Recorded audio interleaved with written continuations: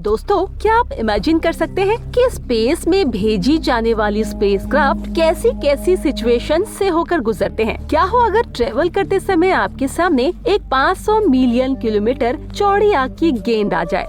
Visor 1 और visor 2 अंतरिक्ष में कुछ ऐसी ही कठिनाइयों का सामना कर रहे हैं। इनको लॉन्च हुए आज 45 साल हो चुके हैं और इतने सालों में इन दोनों ही स्पेसक्राफ्ट ने हमें बहुत ही ज्यादा वैल्यूएबल इंफॉर्मेशन दी है। दोस्तों, ये कहना गलत नहीं होगा कि इन दोनों स्पेसक्राफ्ट के जरिए ही हम अंतरिक्ष विज्ञान में आज इतना आगे आ पाए हैं। वाइजर्स को लॉन्च हुए लगभग अर्ध सदी हो चुकी है, लेकिन फिर भी इनके इंस्ट्रूमेंट्स बिल्कुल सही सलामत बचे हुए हैं। सिर्फ इंस्ट्रूमेंट ही नहीं, बल्कि ये स्पेसक्राफ्ट खुद ही अपने आप को अंतरिक्ष के भयानक वातावरण से बचाकर रखने में सफल रहे हैं। ये इतने सालों से अंतरिक्ष के लो तापमान, रेडिएशन और सुई जैसे नुकीले धुंध के कणों को मात देते आए हैं। ऐसा इसीलिए है क्योंकि ये मल्टी लेयर थर्मल इंसुलेट है। इनके अंदर मौजूद हर एक इंस्ट्रूमेंट बिल्कुल अच्छे से सील किए गए हैं ताकि अंतरिक्ष के भयानक वातावरण का कोई भी असर इन पर ना हो। दोस्तों, वाइजर्स के लॉन्च होने के कुछ समय पहले इसके अंदर मौजूद केबल्स को पीछे एल्यूमिनियम फॉयल से लपेटा गया था ताकि अंतरिक्ष की रेडिएशन इन केबल्स को खराब न कर पाए। जब ये स्पेसक्राफ्ट लॉन्च हुए तो ये जुपिटर, सैटर्न, यूरेनस और नेपच्यून जैसे ग्रहों के पास से गुजरे और कुछ बहुत ही शानदार तस्वीरें भी खींची। इनमें से सबसे फेमस तस्वीर ये ली है। इसमें आप ये जो छोटा सा बिंदु देख रहे हैं ना, वो हमारी पृथ्वी है। इस तस्वीर को पेल ब्लू डॉट के नाम से जाना जाता है। आज ये ब्रह्मांड की अनंत गहराई के अंदर रिसर्च कर रहा है। आखिर इसने अभी तक ब्रह्मांड में क्या देखा है और सबसे बड़ा सवाल ये हम में से कब तक कनेक्टेड रहेगा और उसके बाद इसका क्या होगा, ये जानने के लिए बने रहिए आप हमारे साथ वीडियो के अंत तक। आप देख रहे हैं यूनिवर्स टीवी पर और हमारे चैनल को लाइक और सब्सक्राइब जरूर करें। दोस्तों, आज से लगभग 40 साल पहले की तारीख थी 5 सितंबर 1977। एक ऐसे जाबाज मुसाफिर को पृथ्वी से अंतरिक्ष की रवाना किया गया जिसका मकसद था सौरमंडल के बाहरी ग्रह जुपिटर और शनि, साथ ही इनके चंद्रमा और वलयों की स्टडी करना। इन सब उद्देश्यों को लेकर ये अंतरिक्ष यान अपनी मंजिल की ओर चल पड़ा। वह वाइजर यान केवल मिशन ही नहीं बल्कि अपने साथ मानव जाति का ऐसा संदेश ले जा रहा था ताकि ब्रह्मांड में यात्रा करते समय किसी अन्य सभ्यता को ये संदेश मिल सके कि ये मानव जाति द्वारा भेजे गए संदेश है। ये संदेश इसके अंदर लगे ग्रामोफोन के अंदर है। इसमें धरती के कुछ वीडियो और साउंड भरे हैं। ये ग्रामोफोन तांबे के डिस्क से बने हैं जो करीबन 1 अरब साल तक सही सलामत रहेंगे। दोस्तों, एलियन सभ्यता के लिए मानव जाति का एक मैसेज है। रफ्तार के मामले में अंतरिक्षयान वाइजर 1 वाइजर 2 से काफी बेहतर था। इस वजह से ये अंतरिक्षयान एस्टेरॉयड बेल्ट के क्षेत्र को वाइजर 2 से पहले पार करने में कामयाब रहा। अंतरिक्ष में लंबी यात्रा करने के बाद ये मुसाफिर 5 मार्च 1979 को जुपिटर प्लेनेट के करीब पहुंचा। इस यान ने बृहस्पति, उसकी चंद्रमा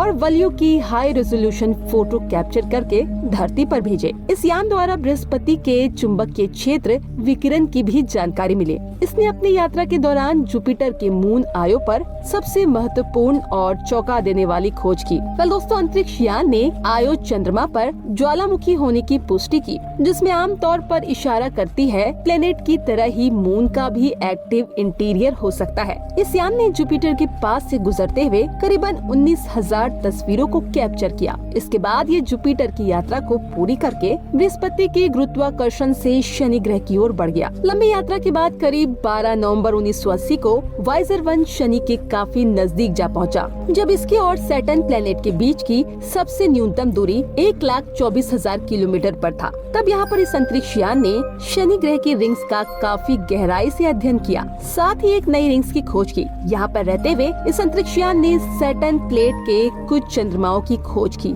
और चंद्रमा की तस्वीरें हमारे वैज्ञानिकों तक पहुंचाई। इस अंतरिक्ष यान ने सैटर्न प्लेनेट के मून टाइटन की जो क्लोजअप तस्वीरें भेजी, उसमें ऑरेंज कलर के घने वातावरण के अलावा कुछ भी नजर नहीं आ रहा था, जिस वजह से कई सालों तक इस मून की सरफेस के बारे में कई अटकलें लगाई गई। जिसके बाद इस अंतरिक्ष यान का बाहरी ग्रह एक्सप्लोरेशन का अभियान पूरा हो चुका था। सैटर्न प्लेनेट को फ्लाई बाय करने के बाद वाइजर 1 अंतरिक्ष यान ने इतनी रिक्वायर्ड वेलोसिटी को हासिल कर लिया था कि वो सौर मंडल से बाहर जा सके। इसके बाद ये मुसाफिर चल पड़ा था। इसे सुदूर अंतरिक्ष गहराई में इस मुसाफिर को कुछ नहीं पता था कि आगे मेरे साथ क्या होने वाला है। इस अंतरिक्षयान ने आगे बढ़ते अपने कैमरे को अंतिम बार पृथ्वी की ओर घुमा था और एक पृथ्वी की तस्वीर कैप्चर की जो मोबाइल स्क्रीन पर ये ब्लू डॉट दिख रहे हैं। ये हमारा नीला ग्रह पृथ्वी है दोस्तों, जिसमें हम करोड़ों इंसान रहते हैं। इस बात से आप अंदाजा लगा सकते हैं कि हम इस अनंत ब्रह्मांड में कितने बड़े और क्या है हमारा अस्तित्व। उस वक्त से ऐसा लग रहा था कि वाइजर अंतरिक्षयान पृथ्वी की तरफ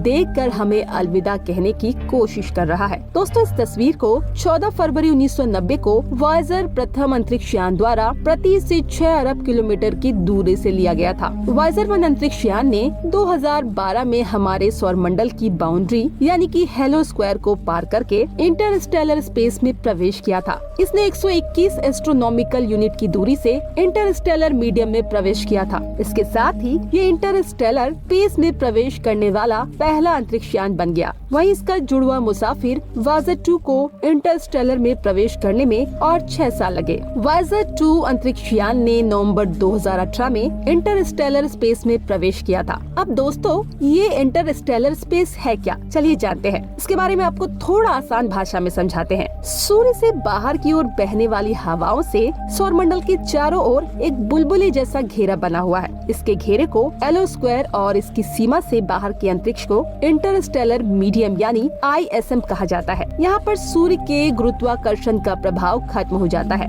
यहाँ पर एक तरह से एक बहुत बड़ा बबल बना हुआ है जो चारों तरफ से हमारे सौरमंडल को घेरे हुए है। दोस्तों, यहीं पर सूरज से आने वाली आग की लपटें और बाहर से आने वाली खतरनाक विकिरण का सामना होता है और यही बबल हमारे सौरमंडल को खतरनाक बी किरणों से बचाता है। इसे इंटरस्टेलर स्पेस से भी कई ऐसी जानकारियाँ भेजी गई जो हमारी समझ से बहुत ज्यादा अलग थी। यहाँ तक कि इंटरस्टेलर स्पेस से एक साउंड रिकॉर्ड किया जो सुनने में काफी डरावना था। आप भी सुनिए उस साउंड को।